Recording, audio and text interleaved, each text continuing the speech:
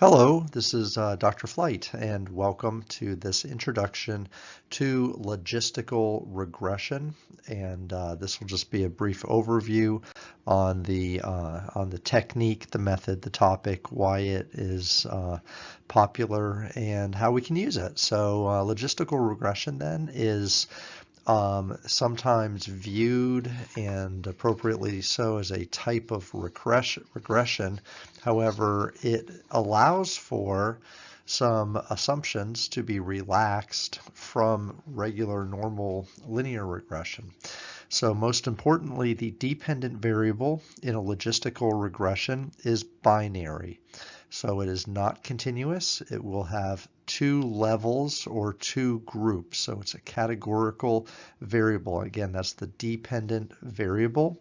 So that is the major issue that we think about when we look at a logistical regression. So it's a model that will be specified or estimated like regular regression. So there will be a variate, which is made up of a number of independent variables that would be metric like a regular regression would be. So this is a little bit different from discriminant analysis, though. And again, in discriminant analysis, you can have more than one level in your dependent variable. With logistic regression, you're going to be limited to two, and only two. And again, a number of the different assumptions that we have maybe in regular normal multivariate regression, and also from discriminant analysis may be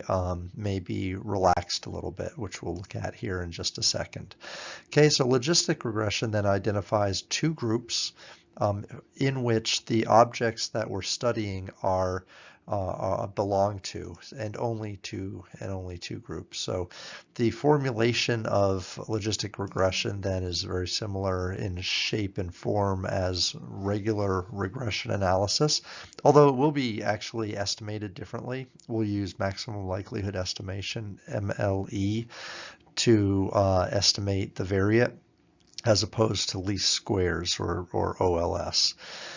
So logistical regression, though, will have very similar objectives in mind, as we compare it to discriminant analysis, in the sense that, number one, we want to identify independent variables that are significant in predicting group membership. So the identification then of our variate of the X variables, the independent variables, we want to know which ones are the most important in being able to predict whether an object is going to be in one group or another. And then also we want to be able to create a variate or a function that will be predictive as well for future use. So we want to be able to create the formula using the estimates from the variate that will be able to help predict whether a object should be placed in one group or another. And this is important because, say for instance, we're trying to predict whether somebody will purchase or not purchase. And so we want to know, number one, what independent variables would be helpful to predict that. And number two, we want to know the weights that are associated with those variables in order to be able to predict future customers. So this is very useful and very helpful in a number of different ways. Again, it's a deviation from regression, and it's also very similar to how we think about discriminant analysis. All right, so moving forward then, and this may just reinforce what we already know, the binary nature then of the dependent variable means that it does not follow a normal distribution. The error term in the variable does not follow a normal distribution. It's a binomial distribution because there's only, it's dichotomous. There's only two outcomes, like a 1 or a 0 or yes or a no, a buy or a not buy. So a number of the different assumptions that we would normally have just simply don't apply because a normal distribution is not what is obtained from the from that dependent variable because of the nature of what it is. So the variance of a dichotomous variable then is not consistent, potentially creating instances of heteroscedasticity. So that's an issue dealing with this. And normality is also, of course, the other issue that we think of right away. So neither normality or heteroscedasticity can be remedied in this sense. It's not something that can be corrected from a binomial distribution. So regression then was created, or logistical regression then was created as an outshoot of traditional multivariate regression to help take advantage of the inconsistencies or overcome the challenges that we have. So naturally then, logistical regression does not require a specific distributional form as it wouldn't with normal regression of its independent variables, and there are other things that we think about too. So heteroscedasticity then is something that is relaxed. The linear relationship among the independent and dependent variables is a relaxed assumption. Normality is a relaxed assumption. Again, the equal variance heteroscedasticity issue is relaxed, and then standardization is not required. And I think, if I'm correct, I'll need to double check this, but I believe through the process of creating the variate, standardization may naturally occur, may already happen. So, so again, this does not suggest that you should not still look at your data and get to know your data and become familiar with it and be aware of its idiosyncrasies. So issues like outliers still exist. Issues that you may be concerned with multicollinearity still exist. So again, we can't have multicollinearity existing among independent variables.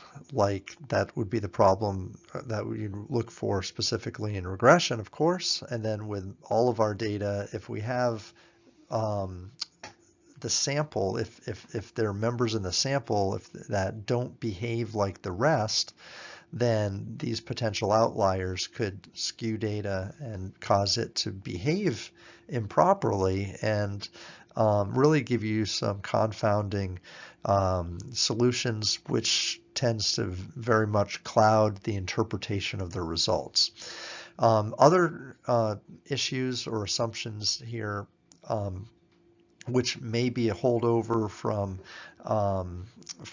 the discriminant analysis, is that the members of the dependent variable, so whether your objects are in group 1 or group 2 or which level they're in,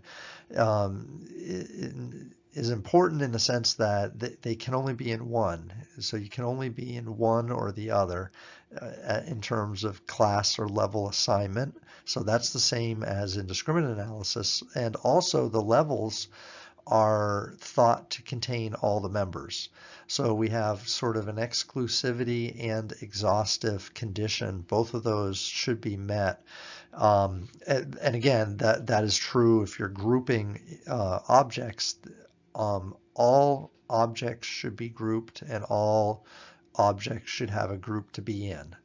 Is basically what we're saying when we think about that. There are a number of different ways we can set up our dependent variable. So as we do this, we want to have a sample that is already identified as being either in group 1 or group 2.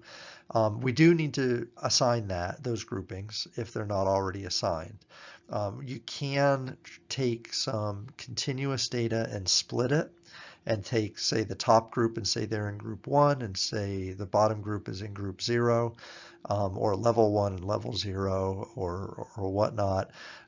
That's certainly something that we can do. So there are a number of, there are different techniques. We can take, for instance, the quartiles and take the top quartile and the bottom quartile. We can do a mean split. We've got a technique where you can take what they call the polar extreme, and then so we take maybe we split the data and the dependent variable up into thirds, and again take the top third and the bottom third, and we exclude the middle when we're forming our variate, when we're predicting our variate. That's that's an idea or an execution style for determining where group membership should be for our estimation model. And then finally, we want to again reiterate that as we build the model, we're building it with the idea that the independent variables have meaning and they're significant for some logical reason. Now, obviously, we are looking for statistical significance, but it's important to also remember that we need to have logical rationale for including them in the model, and the model may kick them out, but again, we want to make sure that those independent variables we're choosing should seemingly cause the dependent classification, the classification of the dependent variables. Okay, so those are the basic assumptions that we should be aware of and be considerate of. We also are considerate of our sample size, like we would be in discriminant analysis. And again, here we may be splitting the data up in a number of different ways. So we need to have a robust sample size. So we need to have 20 observations for each independent variable. 5 is the absolute minimum, but we want more if possible. So the 5-to-1 rule on independent variables continues. However, we would really like to have more. The other thing is we need to have at least 20 observations. That's desirable per level of analysis or per level of the determinant of the dependent variable. So if we have 2 levels, we need to have at least 20 per level. It'd be at least 40. And then again, our goal here is to create a variate and then test a variate to make sure that it's valid. So a lot of times we'll take a sample and maybe randomly take half of it, create our variate in that half, and then take our variate and test it on the second half to validate the fit of the actual model. Okay, so sample size, assumptions, making sure that the objects fit or can fit, that we have exclusivity and exhaustiveness among the members. Those are all things that we should do.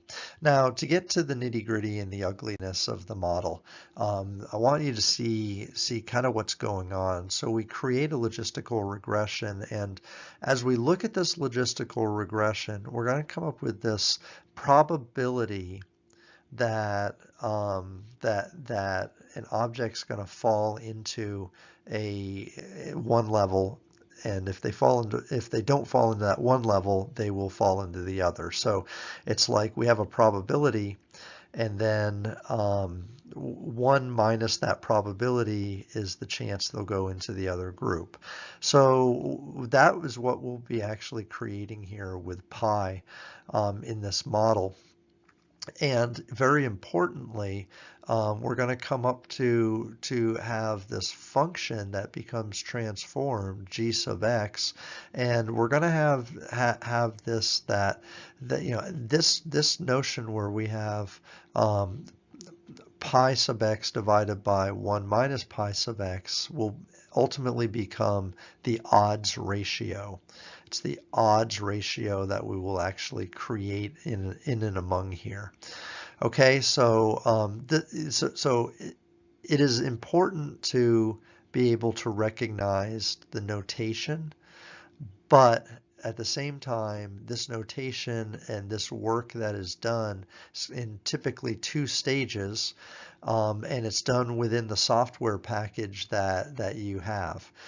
So note then that this will take place. Also, even though we mentioned this idea of violations of normality, once we create this odds ratio and go through the logistic transformation and obtain this G sub x, which happens, the distribution of this G sub x actually is normally distributed. Okay, so there is a restriction or a requirement of normality. However, it doesn't happen with your original dependent variable. It happens once the variable is estimated and this ratio is created.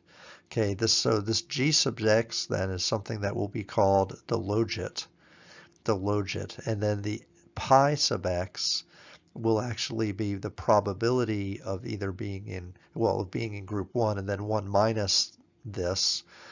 So this 1 minus the pi sub x will be the probability of being in group 2. Okay, so again, this is, obviously a little messy, but it's important to kind of walk through some of this as we begin to examine how a logit is created, and then ultimately how it's going to be interpreted as well. Okay, so as noted earlier, the error term in the binomial distribution is not normally distributed.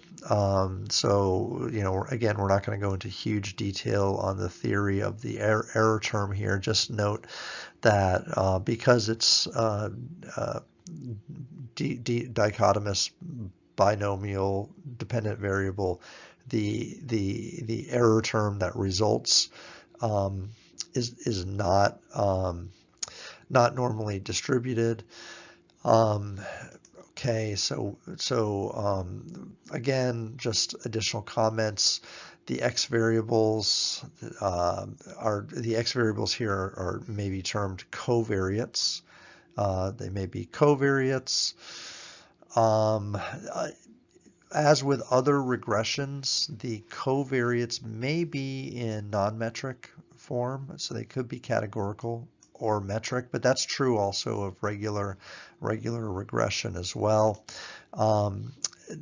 Another note to make here, and again, you may not see a lot of this because it happens within the software, and you may not at some point you might look into this a little bit more, but know that when the estimation is made, as opposed to relying on regular or ordinary least squares regression in terms of the estimation method for the coefficients, logit models use what we call maximum likelihood estimation. Maximum likelihood estimation. So, the results, you'll get a covariate, you'll get a coefficient or an estimate for the weight or the importance of each independent variable. But in order to get that weight, it will use maximum likelihood estimation. Sometimes we just refer to it MLE. And it's not the same as a least squares procedure, but it is actually used in a lot of applications in modeling in general, and in predicting coefficients and using when nonlinear models are created. Maximum likelihood estimation is a lot of times used to estimate parameters, for instance. So that's another little twist that's behind, again, largely behind the scenes. That you may never become aware of, but it is good to kind of know that it's there. Okay, other comments regarding logit models. One of the things that we'll do is we'll create a model, and again, a probability would be produced of whether somebody falls into one category or another. Now a probability falls on a range between 0 and 1. So the probability of 0 and 1 happens. Now, the challenge sometimes is determining what is called a cutoff point or cutting score or cutoff point as to where on that range of 0 to 1, where should one group end and the next group begin on any particular variable. So, so one method here is for 0.5 to be the cutoff point. So in other words, right in the middle of the scale between 0 and 1 at 0.5, anybody who scores below 0.5 is in one group, and anyone who scores above 0.5 is in another. So that is a technique that's used or that's built into the software, into the programming that you specify. But what you're specifying when you do that is a cutoff point or the cutting score. So it may not be 0.5, but then again, it may. So if it were 0.5, then any observation that is either below 0.5 or above 0.5 will be it'll be dropped into a one grouping, or it'll be dropped into another grouping. So as we look at these, when we start looking at some of the charts and some of the things that we have, we'll actually see an S-shaped curve. And the S-shaped curve is a function of the probability, and then that transformed logit model or logit term that's created, G sub x. Okay, so again, so much of this, a lot more detail and a lot more specification is certainly possible here from a mathematician or a math theory perspective. With that said, a lot of what we see and a lot of how we interpret this, we may not necessarily, we may not necessarily write out the logit model by hand, but we should just be aware that there's two steps that are going to be taking place, producing the p sub x or the pi sub x, the probability element, and then the g sub x, and also the odds ratio. And the odds ratio is certainly something we will look at here in a little bit. Okay, so in conclusion, just a final thought here. As we consider logistical regression as an option, then we know it's preferred when we have two groups or two options available to us. It is robust and flexible in the sense that we're allowed to relax some strict assumptions. So that's sort of one of the benefits then of choosing a logit model over a discriminant analysis technique. So that's one thing to consider. Again, we're measuring or estimating the coefficients using maximum likelihood estimation technique, so that's different as well, and it allows for some of this flexibility as well. So that's a possibility. And then later, when we start to look at the fit of the model will be more similar to regression, whereas in discriminant analysis, the fit of the model and the coefficients really kind of may look more like factor analysis. So the interpretation then of a logit model is more like the interpretation of a regression model than a factor analysis type of a thing. And in addition, as we begin to investigate and kind of look at our conclusions, we'll be able to see how the independent variables work more so. They're more interpretable, I guess, in terms of the model. And again, we're able to use non-metric, and there's the flexibility of regression, I guess. The pluses of regression, I guess, are being able to be employed, and some of the benefits of the fact that we can have a dichotomous dependent variable like indiscriminate analysis allows. So it's kind of like we're choosing the benefits of both methods, but we're putting it in one model. And that's kind of one of the ideas of going with this. So, okay, this is just a brief introduction and overview of the ideas behind logit models. Thank you for listening. And again, please feel free to ask if you have any questions.